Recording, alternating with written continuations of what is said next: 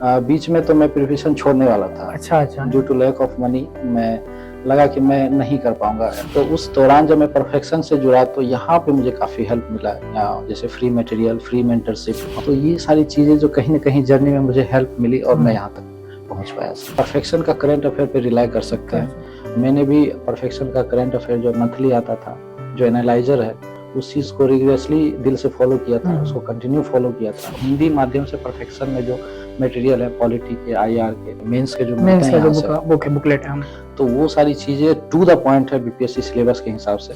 Hindi medium के जो student होते ज़्यादातर इधर उधर भटक जाते हैं गाइडेंस के अभाव में या मटेरियल के अभाव में। आपको प्रॉपर गाइडेंस सर से लेते रहना है, मटेरियल पे भरोसा रखना है, परफेक्शन पे भरोसा रखना है। तो आप सुन सकते हैं कि हिंदी माध्यम की मटेरियल भी अगर आपको गाइडेंस सही मिल रही है तो आपके लिए भी सिलेक्शन बहुत मुश्किल नहीं होगा।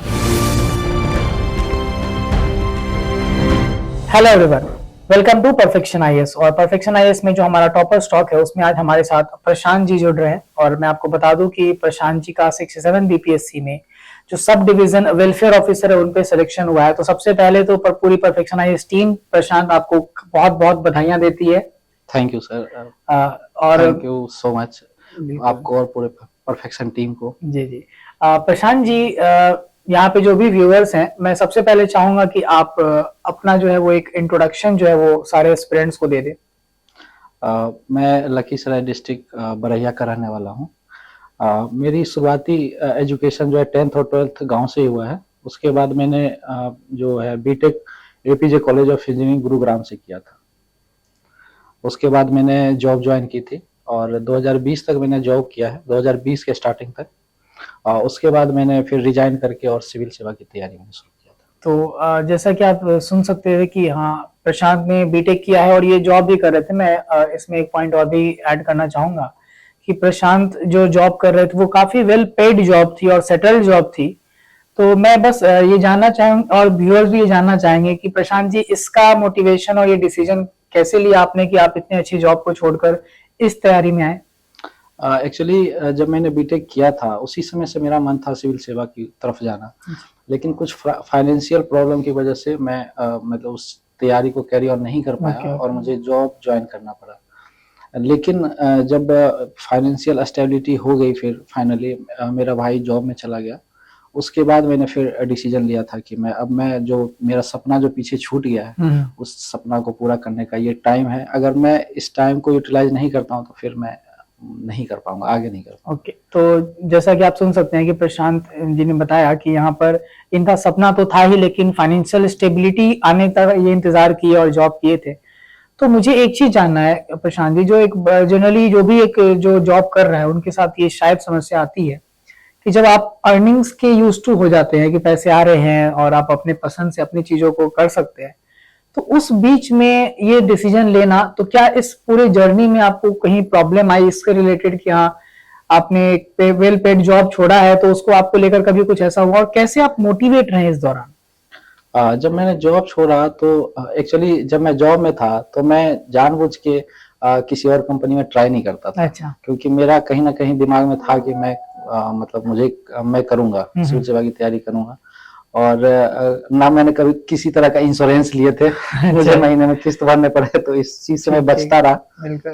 और जब मैंने जॉब रिजाइन किया तो फिर मतलब जॉब रिजाइन करते हुए 1-2 महीने में कोरोना आ गया। तो कोरोना के कारण काफी कुछ मुझे झेलना पड़ा, मुझे अकेले भी रहना पड़ा सेपरेट। मुझे बीच में कोरोना भी हुआ था, तो जो मुझे अकेले उसे बीट करना पड़ा क्योंकि कोई था नहीं साथ में उस टाइम। भाई भी घर चला गया था। तो मैं और उसके बाद मतलब कंटिन्यूअस पढ़ाई से मैं जुड़ा रहा। मैं डेली निरंतर पढ़ाई करता रहा उस दौरान भी, कोरोना के टाइम में। और अप्स एंड डाउन्स तो बहुत आए उस दौरान में। जैसे फाइनेंशियल प्रॉब्लम आने लगे बीच में। सिस्टर के शादी के बाद तो काफी जो है प्रॉब्लम फेस करना पड़ा मुझे। लेकिन मेरा भाई जो है और मेरे कुछ फ्रेंड्स जो है उन्होंने काफी हेल्प किया इस दौरान मुझे इस चीज प्रिपरेशन। बीच में तो मैं प्रिपरेशन छोड़ने वाला था। अच्छा। Due to lack of money मैं लगा कि मैं नहीं कर पाऊंगा, कंटिन्यू नहीं कर पाऊंगा। लेकिन जो है मेरे दोस्त थे, कुछ अच्छे दोस्त थे जिन्होंने हेल्प किया मुझे। मेरा भाई तो कर ही रहा था हेल्प। और परफेक्शन की टीम जो जब मैं 67वीं में जुड़ा था, मेरा जो द्वितीय प्रयास था 67 में, तो उस दौरान जब मैं परफेक्शन से जुड़ा तो यहाँ पे मुझे काफ़ी हेल्प मिला है, या जैसे फ्री मटेरियल, फ्री मेंटरशिप, उसके बाद अगर कहीं कंसेप्ट में दिक्कत है, कॉपी फ्री में चेक करना, डिस्कस करना, अलग से टाइम देना, जो किशन सर और आपसे भी डिस्कस हुआ है बहुत बार कॉपी चेक करने के दौरान, और चंदन सर से डिस्कस हुआ है। तो ये सारी चीज़ें जो कहीं न कहीं जर्नी में मुझे हेल्प मिली और मैं यहाँ तक पहुँच पाया सर। तो बेसिकली जो भी ये जर्नी थी, ये बहुत उतार चढ़ाव भरी रही है प्रशांत की, और ये 3 साल की जो जर्नी रही उसमें अलग अलग लोगों का योगदान रहा है, बट जो सबसे मेन योगदान है वो ऑब्वियसली प्रशांत जी आपका है कि आपने हिम्मत नहीं हारी इस दौरान। तो उसके लिए तो हम बहुत बहुत आपको बधाई देते ही है। जब हम इस प्रिपरेशन की स्ट्रेटजी की बात करेंगे प्रशांत जी, तो मुझे ये बताइए कि जो करंट अफेयर्स है, मैं थोड़ा थीम वाइज चलूंगा, करंट अफेयर्स के बारे में जो एस्पिरेंट्स है वो थोड़ा जानना चाहते हैं कि करंट अफेयर्स के लिए प्रीलिम्स में किस तरह से पढ़ा जाए, और जो अगर हम बात करते हैं कोई मैगजीन है तो कोई मैगजीन के ऊपर कैसे रिलाई किया जाए, और क्या उससे आपका करंट अफेयर्स का क्वेश्चन मेजॉरिटी सही होना पॉसिबल है क्या? करंट अफेयर के लिए तो देखिए, सबसे पहले तो अब वो वाला सिलेबस रहा नहीं जिस तरह से बीपीएससी पहले पूछती थी। पैटर्न चेंज हो गया है 68th बीपीएससी से। अब डेली न्यूज़पेपर पढ़ना अनिवार्य हो गया है, आप बच नहीं सकते इस चीज़ से। और परफेक्शन, अगर कोई परफेक्शन का स्टूडेंट है तो वो उनको अगर वो परफेक्शन का करंट अफेयर पे रिलाई कर सकते हैं। मैंने भी परफेक्शन का करंट अफेयर जो मंथली आता था, जो एनालाइजर है, उस चीज़ को रिग्रेसली दिल से फॉलो किया था, उसको कंटिन्यू फॉलो किया था। उसके शॉर्ट नोट्स बनाए थे मैंने, जो मंथली मैगजीन है। डेली का बनाने का जरूरत नहीं है मेरे हिसाब से, क्योंकि वही कंपाइल होकर फिर मंथली में मिल जाएगा आपको। लेकिन डेली का आपको जो मंथली मैगजीन है उसका शॉर्ट नोट्स बनाइए, आप रिवीजन करते रहिए। करंट का रिवीजन कीजिएगा तो लास्ट में आपको फिर बहुत फायदा मिलता है। और क्वेश्चन जो है करंट का कहीं से भी आ सकता है, ये आप नहीं जानते। जैसे आईआर सेक्शन हो गया, नेशनल हो गया, इंटरनेशनल हो गया, ये सारी चीजें तो आप रिवाइज करते रहिए, डेली न्यूज़पेपर पढ़िए। तो इसमें जैसे करंट अफेयर्स का तो प्रशांत ने बताया कि मंथली जो हमारा मैगजीन है उसके ऊपर आप बिल्कुल रिलाई कीजिए, उसको मल्टीपल टाइम्स रिवीजन कीजिए। अच्छा प्रशांत जी, एक चीज और मैं जानना चाहूंगा कि जैसे हिंदी माध्यम में, आपको बता दूं प्रशांत जी हिंदी माध्यम से ये सिलेक्शन लिए हैं, तो ऐसा देखा गया है कि हिंदी माध्यम के स्टूडेंट्स को थोड़ा सा डर भी रहता है, सिलेक्शन को लेकर एक असमंजस रहती है। और दूसरी बात ये कि हिंदी माध्यम के लोगों को तैयारी के दौरान स्टडी मटेरियल या इस सब चीजों की भी प्रॉब्लम ऐसा सुनते हैं कि थोड़ा कम अवेलेबल है कंटेंट। लेकिन जैसे परफेक्शन की अगर मैं बात करूं तो प्रशांत जी और इस तरह के बहुत सारे हमारे हिंदी माध्यम के स्टूडेंट भी सिलेक्ट हुए हैं इस बार। तो मैं ये जानना चाहूंगा कि बीइंग आप हिंदी माध्यम से आपने तैयारी की, तो आपको क्या कोई परेशानी इस तरह की आई? मटेरियल का तो इशू है सर। जब मेरा प्रथम प्रयास था 66th बीपीएससी, तो उसमें मुझे एक तो गाइडेंस का अभाव था। अच्छा, गाइडेंस का अभाव, किस तरह से तैयारी करनी चाहिए। एक्चुअली मैं पूरा कोरोना पीटी पढ़ते रह गया, तो ये चीजें मेरे साथ हुई, और जिस वजह से मेरा परिणाम भी इस तरह के हुआ, मैं मेंस क्वालिफाई नहीं कर पाया। अच्छा, क्योंकि पीटी के बाद पीटी हुआ था मेरा 68, तो मेंस में मैं मतलब उस बीच में कवर अप नहीं कर पाया। मेंस में मुझे कोई मतलब मिला नहीं जो गाइड कर सके, तो किस तरह से मेंस मुझे करना है तो वो मिला नहीं, जिस वजह से मेरा मेंस रह गया। लेकिन 67th में जब मैं परफेक्शन से जुड़ा, तो यहाँ पे सर मटेरियल जो हिंदी माध्यम में, हिंदी और अंग्रेजी ये तो बस एक मीडियम की बात है, लेकिन हिंदी माध्यम से परफेक्शन में जो मटेरियल है, पॉलिटी के, आईआर के, और भी इकोनॉमिक्स वाले जो बुक्स हैं, जो सर मेंस के जो मिलते हैं यहाँ से, बुकलेट है, तो वो सारी चीजें टू द पॉइंट है बीपीएससी सिलेबस के हिसाब से। तो आप उस पर विश्वास कीजिए, उसको फॉलो कीजिए। आई थिंक अगर इस चीज को अगर पढ़े बढ़िया से तो सर कर सकता है। बिल्कुल। तो आप सुन सकते हैं कि हिंदी माध्यम की मटेरियल भी अगर आपको गाइडेंस सही मिल रही है तो आपके लिए भी सिलेक्शन बहुत मुश्किल नहीं होगा। जैसा 66 और 67 में प्रशांत ने खुद ही ऑब्जर्व किया कि गाइडेंस जो है वो काफी इंपॉर्टेंट रोल प्ले करता है। अच्छा, साइंस और टेक्नोलॉजी की हम अगर बात करें, साइंस एंड टेक का जो है उस पे अगर है, तो आप तो जैसे बीटेक बैकग्राउंड से थे, तो आपको थोड़ा इसका बेनिफिट तो मिला होगा। लेकिन फिर भी अगर आप व्यूअर्स जानना चाहेंगे कि साइंस एंड टेक्नोलॉजी को किस तरह से आपने तैयार किया था? साइंस एंड टेक्नोलॉजी, एक तो सर मेरा इंजीनियरिंग बैकग्राउंड है, तो मुझे समझने में दिक्कत होती नहीं थी। अच्छा, हिंदी मैं इंग्लिश मैगजीन भी पढ़ लेता था, या इंग्लिश न्यूज़पेपर भी पढ़ लेता था, वहां से कवर हो जाता है। अगर कोई अगर दिक्कत है किसी इंग्लिश हिंदी माध्यम के विद्यार्थी को इंग्लिश में समझने में, तो हिंदी माध्यम में जो परफेक्शन का जो बुकलेट है, उस चीज पे आप डिपेंड कर सकते हैं, और न्यूज़पेपर पढ़िए, उस चीज से आपका कवर हो जाएगा साइंस टेक। और क्लासरूम, अगर कोई क्लासरूम का विद्यार्थी है प्रोफेशन में, तो क्लासरूम में जो पढ़ाए जाते हैं साइंस टेक, तो उसको आप जो नोट्स है उसका आप शॉर्ट नोट्स खुद से बनाइए पढ़ के, और मल्टीपल टाइम रिवीजन सर। वो मल्टीपल रिवीजन नोट्स आप लीजिए, रिलाई कीजिए उस पर।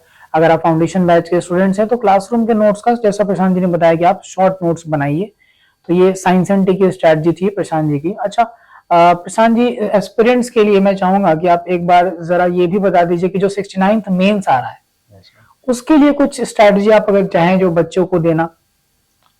एक तो यहाँ परफेक्शन में जो एनालाइजर है, इनका एनालाइजर काफी अच्छा होता है, और जो इनरिचमेंट बुक लास्ट में दिए जाते हैं, शायद अभी मिल जाएगा, आई थिंक वो मिल रहा है। हाँ 10 दिन के अंदर मिल जाएगा। तो वो चीजें जो है उस पर आप डिपेंड कर सकते हैं, वो काफी टू द पॉइंट होता है। एक्चुअली ये सर सिविल सेवा में ना टू द पॉइंट पढ़ना बहुत जरूरी है। क्या नहीं पढ़ना है वो मालूम होना चाहिए। टू द पॉइंट, विश्वास एक्चुअली होता नहीं है लोगों की, इससे आ जाएगा क्या, उससे आ जाएगा क्या, वो भी पढ़ लें ये भी पढ़ लें, और इस चक्कर में क्या होता है लास्ट टाइम रिवीजन से वो रह जाते हैं, और आता हुआ क्वेश्चन फिर अटेम्प्ट नहीं हो पाता, और सही से अटेम्प्ट नहीं हो पाता है।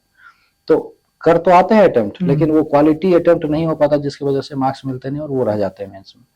तो मल्टीपल टाइम रिवीजन, और जो एनालाइजर है उसको आप बढ़िया से पढ़िए, उसका एक शॉर्ट नोट्स बनाइए, और करंट अफेयर पढ़ना है आपको। और साइंस टेक के लिए तो science tech I think mains के लिए, और 69th मेंस के लिए जैसे हिस्ट्री हो गया, आर्ट एंड कल्चर, उसके बाद इकोनॉमिक्स हो गया, इकोनॉमिक्स सर्वे और बजट, ये बहुत इंपॉर्टेंट है। आप इकोनॉमिक सर्वे सर के यहाँ से भी मिला हुआ है, मुझे तो 68th में भी मिला था परफेक्शन यहाँ से, तो ये भी चल जाएगा। 68th वाला भी तो बजट और इकोनॉमिक सर्वे चेंज हुआ नहीं है, तो वही आप कैरी फॉरवर्ड कर सकते हैं 69th के लिए भी। और उसका शॉर्ट नोट्स बनाइए, जितने भी योजना है उसको अलग से लिख लीजिए, जितना भी डाटा है उसको अलग से लिख के उसको मेमोराइज कर लीजिए, ताकि आप आंसर में उसको लिख सके। तो जो यहाँ से सर्वे बजट मिला है उनके पॉइंट्स को बनाइए, उनसे स्कीम्स निकालिए, उसका शॉर्ट नोट बनाइए। तो ये आप मेंस में आप बिल्कुल ये स्ट्रैटेजी अपना सकते हैं। अच्छा, स्ट्रैटेजी के साथ साथ मैं चाहूंगा प्रशांत जरा आप व्यूअर्स को एक ये भी बताएं कि जो सिलेक्शन के बाद का जर्नी अभी आपको देखने को मिला है, जैसे कि मैं अगर बताऊं तो प्रशांत जिस गांव से बिलोंग करते हैं वहां पर पिछले 15 साल का ये पहला सरकारी एग्जामिनेशन का सिलेक्शन है। तो उसके लिए तो एक तो बहुत बहुत बधाई प्रशांत जी आपको कि आप उस जगह पे, उस गांव का, इवन हम सबका आपने काफी नाम रोशन किया, हम लोग को प्राउड फील कराया। तो जब आप इस सिलेक्शन के बाद वहां पहुंचे तो मैं चाहूंगा कि आप जरा अपना एक स्टोरी बताएं कि किस तरह से आपका गांव में स्वागत किया गया। जब मेरा सिलेक्शन हुआ था तो मैं गांव से फोन आया था, नगर अध्यक्ष महोदय जो हैं उनका फोन आया था कि आप आइए गांव, मतलब आप लोग का स्वागत करना है। तो फिर मैं सोचा कि ठीक है छोटा मोटा होगा कुछ, तो मैं ठीक है सर मैं आता हूँ, भैया लगेंगे, तो भैया मैं आता हूँ। फिर मैं जब गांव गया तो एक बड़ा ही, मतलब मैं इमेजिन नहीं कर किया हुआ था कि इस तरह का भव्य स्वागत किया जाएगा, रेड कारपेट और बैंड बाजा के साथ पूरा, और माल्यार्पण करना, और जितने भी गणमान्य प्रतिष्ठित लोग मेरे गांव के थे वो सारे लोग आए हुए थे, और सबने माला पहनाया, स्वागत किया, और जितने भी अधिकारी थे वो लोग भी आए हुए थे, और सबने मतलब अप्रिशिएट किया और स्वागत किया हम लोगों का। एक्चुअली मेरे गांव से 2 रिजल्ट है इस बार, पहली बार 14 साल के बाद पहली बार ऐसा हुआ है कि मेरे गांव से 2 रिजल्ट हुआ है एक साथ। तो काफी भव्य स्वागत हुआ। मैं तो एक बार तो घबरा गया था, लेकिन इतना क्या, मतलब कुछ बड़ा हो गया लगता है मेरे से। देखिए ये तो बड़प्पन है, और सबसे बड़ी बात है कि ये जो आप देखेंगे या सुन रहे हैं अभी आप, तो ये सब वो मेहनत का नतीजा है, जो सैक्रिफाइसेस इन्होंने दी हैं पिछले 3 सालों में, जॉब छोड़ने के बाद इतने उतार चढ़ाव के बीच में, ये सब उसका नतीजा है। तो आप भी अगर आप सुन रहे हैं तो आप ये समझ सकते हैं कि हाँ, ये एग्जामिनेशन बहुत सारे सैक्रिफाइसेस मांगता है, जो अगर आप दे देंगे तो शायद इसके बाद की लाइफ आपकी काफी आसान और काफी सुलझी हुई हो सकती है। तो जैसे प्रशांत जी 3 साल इतना मेहनत किए, और जब वो पहुंचे होंगे तो डेफिनेटली उस टाइम पे तो ये मोमेंट आपको अच्छा लगा होगा, लेकिन आप जानते हैं कि ये चीज जो है वो आपके मेहनत का ही एक फल है, और वो उसका एक रिवॉर्ड है जो कि गाँव वालों ने दिया है आपको, उसके लिए काफी बधाई आपको। और लास्टली प्रशांत जी, इंटरव्यू से रिलेटेड अगर कोई आप किस्सा सुनाना चाहें जो आपको लगता है कि कुछ यूनिक हुआ आपके साथ। यस, इंटरव्यू मॉक के दौरान मेरे साथ क्या हुआ, मैंने अपना हॉबी रखा हुआ था साउथ इंडियन मूवी। अच्छा, काफी यूनिक। यस, तो एक्चुअली मुझे देखना अच्छा भी लगता है मूवी। अच्छा, तो इसी वजह से मैंने ईमानदारी पूर्वक मैंने रख दिया था कि मैं मूवी देखूंगा, एक्चुअली इसी में मन लगता है, तो ये मन लगता है, सही बात। तो मेरे साथ क्या हुआ कि जितने भी मॉक मैंने दिए यहाँ पे, तो उसमें सब जगह मैं फंसता रहा क्वेश्चन में। अच्छा अच्छा, कभी कोई नया नया क्वेश्चन जनरेट हो जाए, और चूंकि ये इंटरेस्टिंग टॉपिक है उनके लिए तो भी। काफी तो काफी बातें होने लग जाती थी इसमें, और काफी डीप में चले जाते थे। अच्छा। तो उतना तो मुझे पता नहीं, मूवी देखता था, इसके अलावा तो ज्यादा कुछ क्वेश्चन मैंने तैयार कर रखे थे, बट मतलब उतना पकड़ में आ नहीं रहा था क्वेश्चन। तो मैं काफी ज्यादा परेशान था कि कहीं यही अगर वहां मेन इंटरव्यू में अगर ये दिक्कत हो गई, अच्छा। तो फिर मार्क्स मेरे बहुत कम हो जाएंगे, और इंटरव्यू का एक एक नंबर बहुत इंपॉर्टेंट रखता है फाइनल लिस्ट में लाने के लिए। तो लास्ट टाइम में एक मेरे मित्र हैं प्रिंस जी, तो उन्होंने अपना जो हॉबी है वो रखे हुए थे सुडोकू। अच्छा, सुडोकू। यस, तो उन्होंने सजेस्ट किया कि आप ऐसा करिए कि आप ये वाला हॉबी एक बार करके देखिए, रख के देखिए। हाँ।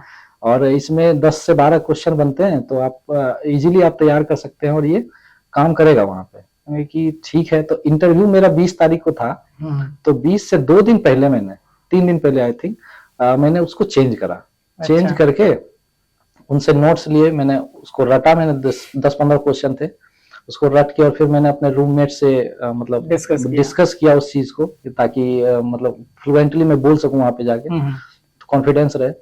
तो फिर मैं काफी कंफर्टेबल हो गया। मैं वहां पे गया तो वो ये तुक्का जो है मेरा काम कर गया। 3 क्वेश्चन आया, तीनों का जवाब मैंने कंफर्टेबली आराम से दे दिया मैंने वहां पे।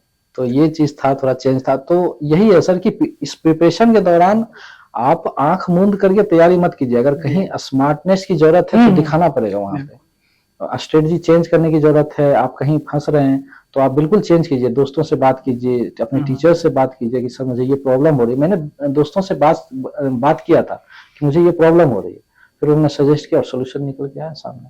तो आप देख सकते हैं कि लास्ट मोमेंट में 2 दिन 3 दिन पहले स्ट्रेटजी चेंज किया, और वो फायदा कर गया इनके बेनिफिट में। तो आपको भी ये एनालाइज करते रहना है अपने पूरे प्रिपरेशन में कि कहां पर आप शायद फंस रहे हैं, तो आप उस चीज को ठीक करें, रेक्टिफाई कर ले समय से पहले। लास्टली प्रशांत जी, मैं चाहूंगा कि आप एक बार स्टूडेंट को, ये एस्पिरेंट्स को ये बस बताइए कि जो हमारी प्रिपरेशन होगी, तो जैसे मैं बार बार लगभग सबसे चाहता हूं कि आप उसके ऊपर अपना ओपिनियन दीजिए कि प्रिपरेशन इंटीग्रेटेड होना चाहिए, मींस कम प्रीलिम्स, या फिर सेग्रीगेटेड मैनर में प्रिपरेशन भी करके सिलेक्शन ले सकते हैं। जैसा सर ने पूछ रहे हैं कि अलग अलग प्रिपरेशन करके सिलेक्शन, वो मैं भुगत चुका हूँ 66 बीपीएससी में। अच्छा। अलग अलग प्रिपरेशन करके, और फाइनली मेरा मेंस भी नहीं हुआ था। और जबकि उसमें टाइम मिला था। हाँ, 66 बीपीएससी के मेंस में काफी समय मिला था, ये भी नहीं मेरे से हो पाया। एक्चुअली गाइडेंस का भी अभाव था, लेकिन अब तो टाइम बिल्कुल भी नहीं है सर मेंस के लिए। मेंस के लिए तो अब 1 से 1.5 महीना, रिजल्ट के बाद 1 से 1.5 महीना टाइम मिल रहा है। और सिलेबस भी चेंज हो गए हैं। अब पहले 8 क्वेश्चन लिखना होता था, अब 20 क्वेश्चन। तो प्रैक्टिस भी बहुत जरूरी है, बहुत जरूरी है प्रैक्टिस। जितना आप लिखिएगा उतना रिदम बनेगा, थिंकिंग जो उतना फास्ट होगा, आपके दिमाग का प्रोसेसर जो है उतना जल्दी काम करेगा। तो इंटीग्रेटेड तैयारी ही जो है बहुत बेनिफिट करेगा सर। अगर आप अलग अलग कीजिएगा तो आप रह जाइएगा, फिर मेंस में रह जाइएगा। तो इंटीग्रेटेड यानी फाउंडेशन बैचेस जो होते हैं, जो प्रीलिम्स का मेंस हम लोग, उसका रेलेवेंसी बढ़ता है। उसका रेलेवेंसी बहुत ज्यादा बढ़ गया है। आप मेंस का, मेरे हिसाब से तो मेंस का, आप तो जो पीटी का क्वेश्चन है मेंस के बेस पे, अगर मेंस आप तैयार नहीं करके जाएंगे तो आप फंस जाएंगे क्वेश्चन। तो वही बात है कि आप अब वैसे भी अब आपके पास ऑप्शन नहीं है कि आप ये अब वन लाइनर का टाइम खत्म हो गया। अब वन लाइनर पहले था कि आप पहले पीटी हल्का ऊपर पढ़ लिए हो जाता था, अब नहीं, अब ऐसा नहीं, बिल्कुल भी नहीं है। अब डेप्थ पढ़िए, और डेप्थ जब भी पढ़िए तो मेंस को लेकर चलिए। तो मेंस को पीटी अपने आप हो जाता है पीटी के लिए। सो बाद में तो हम लोग का पीटी ऐसा हो गया था मेरे पूरे ग्रुप का कि 10 दिन 12 दिन पढ़ के और पीटी निकलता था। तो आप भी वो लेवल ला सकते हैं, और वो लेवल तभी आएगा जब आप मेंस का प्रिपरेशन अच्छे से करिए। देख सकते हैं आपकी यहाँ पर, जैसे प्रशांत जी ने बताया कि मेंस का अगर आप होलिस्टिक प्रिपरेशन किए हुए हो तो आप शायद 12 दिन 15 दिन 1 महीने में आप प्रीलिम्स की तैयारी भी कर लेंगे। और क्वेश्चन का पैटर्न अब लगभग सिमिलर हो गया है दोनों का, मेंस पे ही हो गया। तो फाउंडेशन प्रोग्राम्स का इम्पोर्टेंस बढ़ता है इस पर्टिकुलर चेंजेस को देखते हुए। ठीक है प्रशांत जी, काफी अच्छा लगा आपसे बात करके। थैंक यू, आप यहाँ पर आए, समय निकाले। मैं चाहूंगा कि आप एक बार हिंदी मीडियम की जो भी एस्पिरेंट्स हैं उनको आप ये जरूर भरोसा दिलाएं कि हिंदी मीडियम में सिलेक्शन परफेक्शन आईएएस में हो रहा है, मतलब कि सिलेक्शन होता भी है। तो आप ये बता दीजिए अपने एस्पिरेंट्स को कि हाँ, हिंदी मीडियम का सिलेक्शन जो है वो बहुत मुश्किल नहीं है, बस आपको सही मार्गदर्शन की जरूरत है। बिल्कुल सर, आपने सही कहा।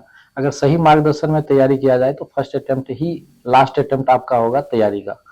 तो आप परफेक्शन से जुड़े रहिए और भरोसा रखिए अपने टीचर्स पे, यहाँ के मटेरियल पे आप भरोसा रखिए और सर से मिलते, अगर कोई प्रॉब्लम होता है तो सर से मिलते रहिए। जैसा मैंने आपको पहले भी बताया कि मेरे इंटरव्यू में अगर कोई दिक्कत हुआ तो मैंने फ्रेंड से बात की, तो आपको भी बात करते रहना है कि ये प्रॉब्लम हो रही है, वो प्रॉब्लम हो रही है, तो सर से सॉल्यूशन निकल के आएगा और वो आफ्टर ऑल फर्स्ट अटेम्प्ट में आपको सिलेक्शन दिलाएगा। निरंतर कोशिश प्रयास करते रहना है, हिम्मत नहीं हारना है, सिलेक्शन पक्का और ही हिंदी होगा। मीडियम में बहुत रिजल्ट होते हैं। बस वही है कि हिंदी मीडियम के जो स्टूडेंट होते हैं ज्यादातर इधर उधर भटक जाते हैं गाइडेंस के अभाव में या मटेरियल के अभाव में। तो ये चीज नहीं करना है, आपको प्रॉपर गाइडेंस सर से लेते रहना है, मटेरियल पे भरोसा रखना है, परफेक्शन पे भरोसा रखना है, सब हो जाएगा। धन्यवाद प्रशांत जी, काफी अच्छा लगा आपसे बात करके। Thank you sir, thank you so much.